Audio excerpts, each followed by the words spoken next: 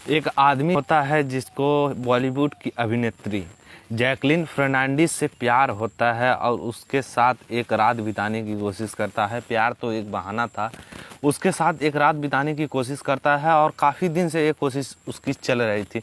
आखिर एक दिन उसका ये सपना साकार भी हो जाता है। सब डेट फिक्स हो जाता है कि जैकलीन फर्नांडीज को उससे यहाँ पे मिलना है और कैसे कैसे क्या है, सब डेट वोट सब उसको जैकलीन फर्नांडीज को पता होता है। जैकलीन फर्नांडीज को प्राइवेट जेट से मुंबई के एयरपोर्ट से चेन्नई ले जाया जाता है। प्राइवेट जेट की कीमत 1 घंटे की 1.5 लाख रुपए होती है उसकी कीमत। वहाँ पे चेन्नई पहुँचने के बाद वहाँ से उसको एक हेलीकॉप्टर उसका इंतज़ार कर रहा होता है और इंतज़ार करने के बाद जब वहाँ पे वो जैकलीन फर्नांडीज पहुँचती है तो हेलीकॉप्टर में वो बैठती है और चेन्नई से वो हयात होटल के लिए वो हेलीकॉप्टर रवाना होता है। हेलीकॉप्टर रवाना होने के बाद जैकलीन फर्नांडीज जो इंडिया के सबसे बड़े, जो इस टाइम का सबसे बड़ा चोर है और जो सबसे बड़ा ठग है, उसका नाम है सुरेश चंद्रशेखर, जो आप लोगों ने काफ़ी ज़्यादा नाम सुना होगा। आज मैं उसी के बारे में आप लोगों को एक पूरी विस्तार से कहानी बताने वाला हूँ। तब वहाँ से वो जाता है और जैकलीन फर्नांडीज से मिलता है हयात होटल में। वो संग अपने पूरे रात बिताते हैं, पूरी रात उसके संग बिताता है। बहुत फ़ोटो भी क्लिक करता है जो आप लोगों ने देखी भी है। उसके बाद फिर से वही क्रम में जैकलीन फर्नांडीज जैसे आई होती है वैसे ही अपने हेलीकॉप्टर से पहले तो वो चेन्नई पे एयरपोर्ट पे जाती है और चेन्नई एयरपोर्ट से फिर उसी प्राइवेट जेट में वहाँ पे मुंबई पे चली जाती है। मुंबई जाने के बाद जब जैकलीन फर्नांडीज के जितने भी भाई बहन, पिताजी, माँ जितनी भी होती हैं, सबको वह चंद्रशेखर, जिसका नाम सुकेश चंद्रशेखर है, वो सभी लोगों को महंगे महंगे गिफ्ट देता है और तकरीबन यह 7 करोड़ का गिफ्ट जैकलीन फर्नांडीज के फैमिली वालों को दे देता है। इसके वजह से जैकलीन फर्नांडीज काफ़ी ज़्यादा खुश भी हो जाती है।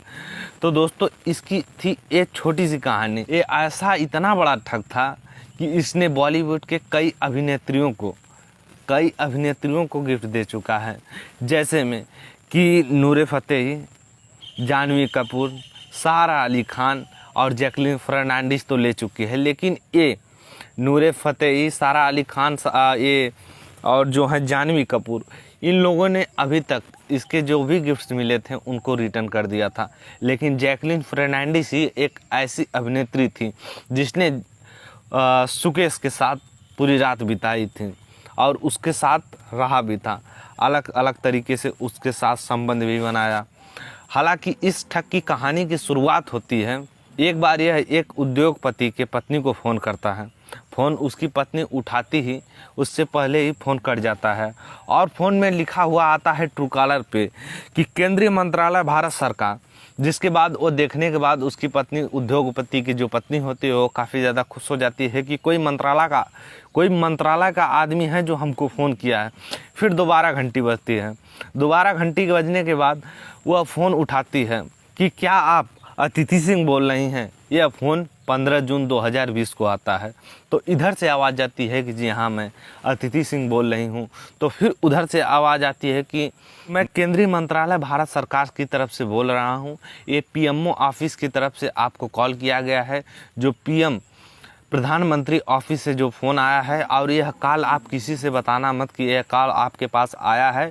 यह कॉल बहुत ही सीक्रेट है और यह कॉल आपको प्रधानमंत्री जी के द्वारा करने को बोला गया है।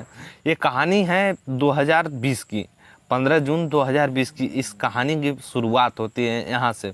काफ़ी इसके कहानी के बारे में बात करें तो बहुत लंबी हो जाएगी कहानी। यहाँ से शुरुआत होती है। शुरुआत होने के बाद वह फ़ोन उठाती है और बोलता है, उधर से फ़ोन आता है और उधर से आवाज़ आती है कि मुझे पता है कि आप दिल्ली से हैं और आपके पति बहुत बड़े उद्योगपति हैं, जो कि उन्होंने काफ़ी ज़्यादा गरीबों की मदद की है और आर्थिक स्थिति में काफ़ी ज़्यादा भारत सरकार की मदद की है। हालांकि आपके पति की हमें इस टाइम कोरोना काल में बहुत ज़्यादा ज़रूरत होती है। अभी ये इधर से कुछ अतिथि सिंह पूछती ही उससे पहले उधर से आवाज़ आती है कि मुझे पता है कि आप क्या पूछनी चाहती हैं। आप यही पूछना चाहती हैं कि मेरे पति तो 2 साल से जेल में हैं, तो आखिर वो स्थिति और वो परिस्थिति कैसे आएगी कि आपकी मदद कर सके मेरे पति। तो उधर तो वह बोलता है कि हमें ये सारी जानकारी, हमें ये सब कुछ पता है और हम आपके पति को छुड़ाना चाहते हैं। तो अतिथि सिंह भी बहुत खुश हो जाती है, क्योंकि उसे वह काफ़ी दिनों से अपने पति को छुड़ाने के लिए पूरी तरह से कोशिश करती है कि मेरे पति छूट जाएं।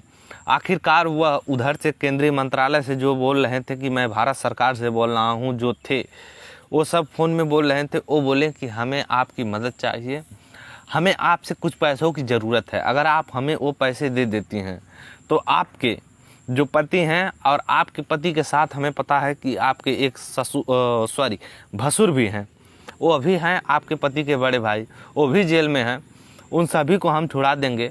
उसके बाद हम जो चाहते हैं कि हमारे कोरोना काल में जो आर्थिक स्थिति है उसमें सहयोग दें आपके पति, डॉक्टरों की जो टीम है या जो भी टीम बनाई जाएगी उसमें वो साथ दें। तो वो पत्नी भी सोचती है कि आखिर इन सबको अगर इतना पता है तो यह फ़ोन ट्रू है और यह फ़ोन सच्चा है कि यह मेरे पति को छुड़ाने के लिए फ़ोन आया है। तो वो भी मान जाती है। मानने के बाद वह काफ़ी करके 5-6 बार में तकरीबन 200 करोड़ रुपए वो दे देती है।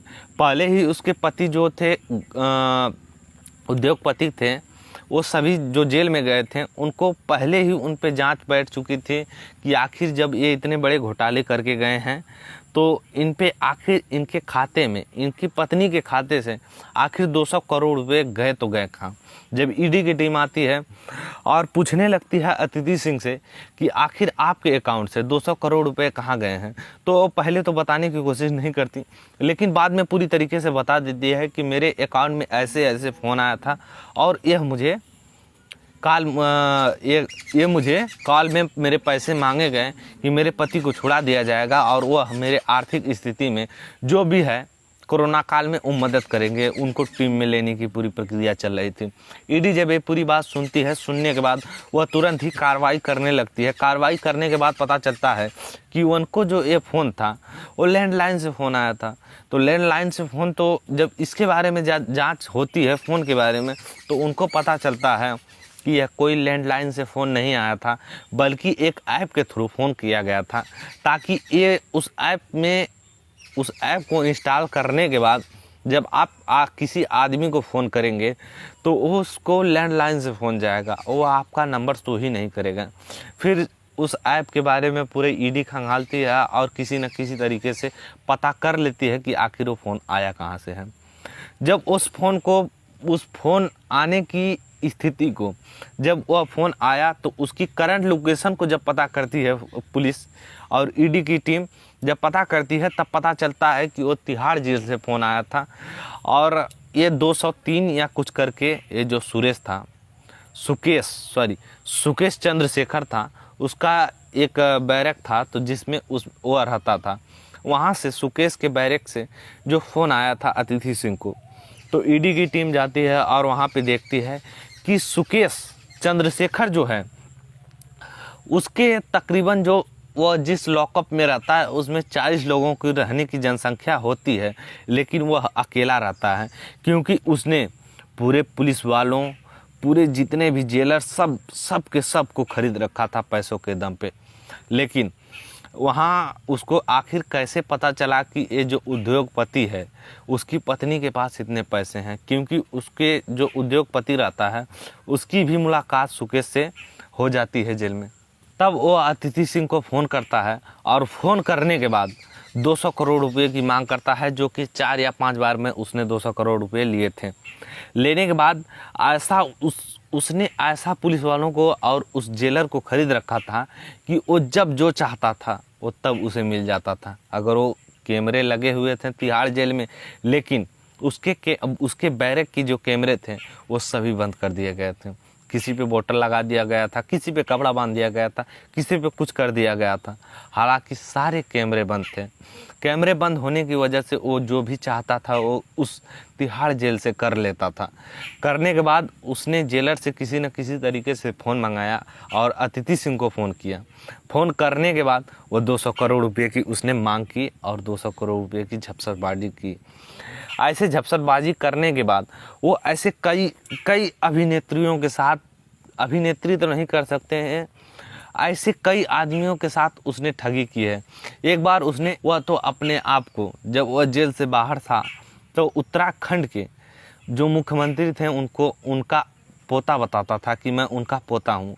ऐसे करके काफ़ी लोगों के साथ ठगी की है। थोड़ी छोटी सी कहानी आप लोगों को बताई है जो कि अभिनेत्री जैकलीन फर्नांडिस के बारे में थी। अगर इसकी बात आती है तो जैकलीन फर्नांडिस का अगर नाम ना आए तो ऐसा हो ही नहीं सकता है। जैकलीन फर्नांडिस, इसके वजह से तकरीबन ईडी ने 4-5 बार इसे बुलाया, जैकलीन फर्नांडिस को। हालांकि अभी ये बचती जा रही हैं जो आपकी जैकलीन फर्नांडिस अभिनेत्री हैं। हालांकि कब तक बचेंगी कब तक नहीं बचेंगी ये तो देखते हैं। अगर इसकी पूरी कहानी जाननी है आपको तो आप बता दीजिएगा, मैं पार्ट 2 में आपको इसकी पूरी कहानी विस्तार से बता दूंगा। अगर ये वीडियो आप लोगों को पसंद आए तो लाइक, कमेंट, शेयर और चैनल सब्सक्राइब करना बिल्कुल मत भूलिएगा। ये वीडियो बनाने का हमारा उद्देश्य किसी को गलत तरीके से ट्रोल या किसी को कोई गलत मैसेज देने की कोशिश नहीं है। हमें केवल सच्चाई से आप लोगों को सचेत कराने के लिए हमने ये वीडियो बनाया है।